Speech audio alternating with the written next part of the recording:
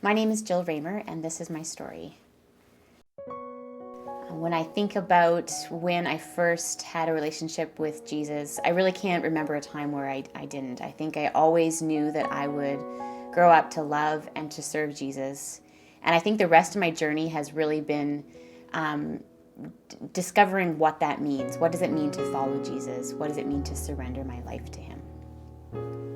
Worship has always been how I connected to God.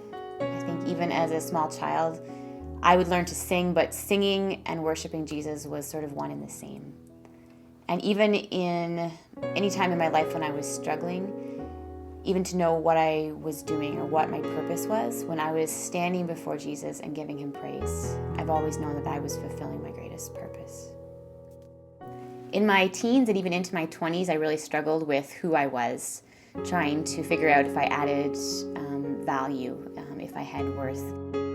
Even though I still loved Jesus desperately, I really always felt like I was disappointing God and that what I had to offer was not good enough. After college, I got a job that I loved, and I quickly realized that when I was doing something that I was successful at, people liked me and that I could like myself as well.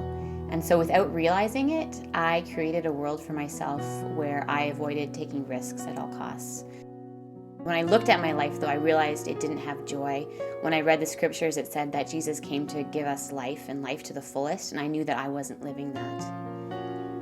It was in a very difficult time in my life, I think, where everything that I had placed my identity in had been stripped away. I was forced to go back to Jesus and ask Him, who do you say that I am? And when I did that, He began to show me, and He began to show me that I am His, that I have worth because I belong to Him, and He desires that I offer all of myself to Him. And I found that joy and that hope that I was looking for. I found that the Jesus that I was so desperately in love with was also desperately in love with me, and that really changed everything for me.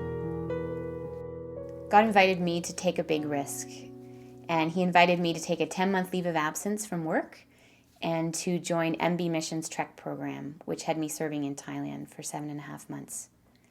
I went from living in a safe little world where I was pretty much guaranteed to be successful at everything because of how I limited what I would say yes to now living in a brand new culture where even ordering food is a challenge, or trying to get to a certain location when you don't have the language.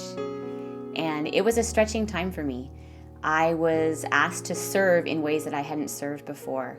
And in my eyes, things that we were doing seemed to fail. We would have a baking class and our cookies would never turn out. I would teach a guitar lesson to children and we wouldn't share the same language, and I didn't know who would come. And so for me, it looked like a failure. It looked like an unorganized guitar class or an unorganized baking class. But we watched God work in spite of that.